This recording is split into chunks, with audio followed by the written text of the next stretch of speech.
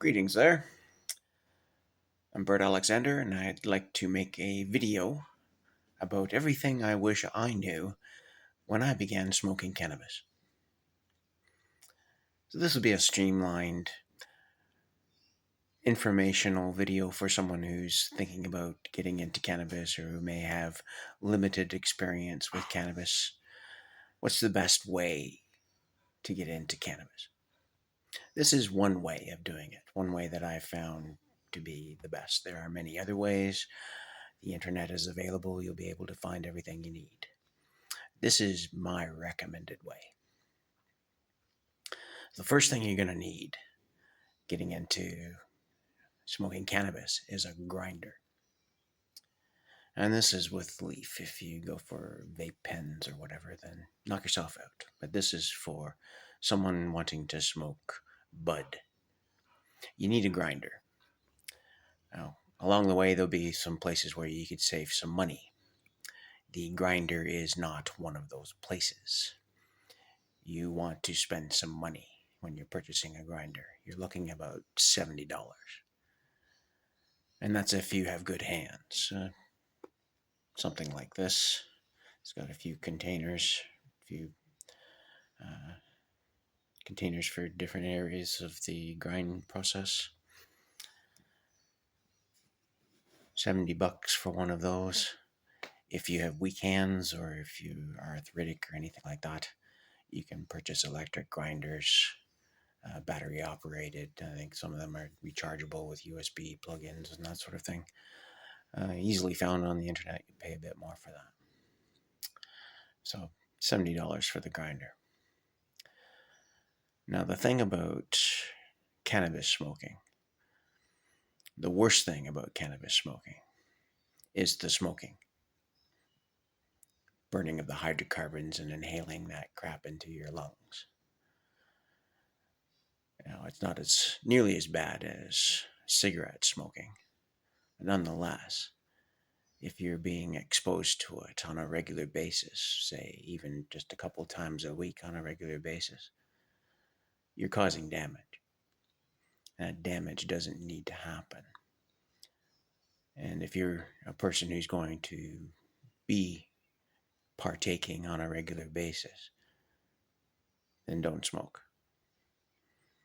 Even if you're just going to try for one time and put it away and never touch it again, I recommend don't smoke.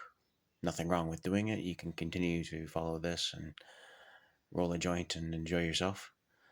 But if you're going to try it and you want to do it right, don't smoke it. I'll show you what I found. Best of the best. After about a little over 2 decades of trying different ways of smoking and inhaling and eating and rubbing of olive oil and all different ways of using cannabis. This is my favorite. It's a little vaporizer. So you're not actually smoking it, you're inhaling vapor. When you get the temperature correct, it's like inhaling tasty air. If you get it incorrect, it starts to smoke, but it's not burning. It's just hit the smoke point of the material. So you need no filter for it. It doesn't have ash particles coming down your throat when you're doing it. And because it's not embers or burning, you're not destroying the THC. So it's still very high in THC. So even when you get it wrong, it's still better than a joint. When you get it right, there's no contest. Now, setting. You'll want something to eat.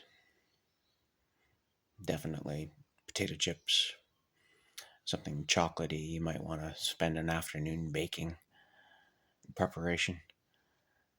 Have something available, but don't get into it right away. You want to wait for after you've had your first few puffs and experienced it.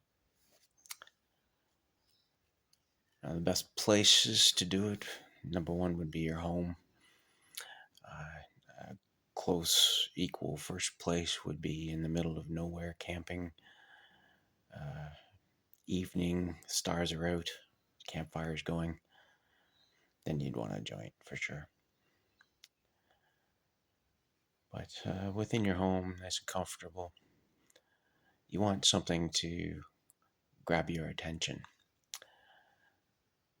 One mistake that I certainly made when I started smoking cannabis, and it's not really a mistake, it's just a lack of understanding. I tried to use cannabis in the same way that I was using alcohol, as a social lubricant or to interact with other people. And you can, it doesn't stop you from doing that. But I didn't find any advantage of using it in that manner compared to alcohol. Um, didn't enjoy it as you know, in any capacity greater than, and probably even less than, when I was enjoying drinking, which I no longer do. It wasn't until I got some cannabis of my own and I was on my own, going into myself, using it to let my mind go and see what happens. That's when I found the benefit of cannabis. It's a tool of exploration, and it's a medicine that helps your mind to heal itself when you allow it to happen. And this is what I'm leading up to with the set and setting description. So you want something to distract your attention. Mm, that could be a roaring fire, that could be a candle, a psychedelic screensaver, a fish tank, the TV running low volume. I don't recommend music if this is your first time or one of your first times using cannabis. You can later on, but for your first time, you don't want the distraction. At least not at a high level. If you're going to have music on and it's your first time, have it low.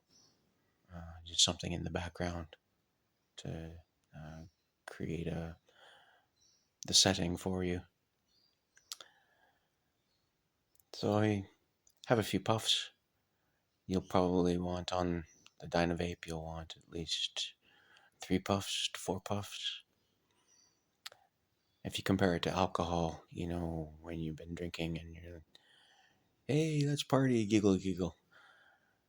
You kind of want the analogous cannabis uh, intoxication, but it's not quite the same.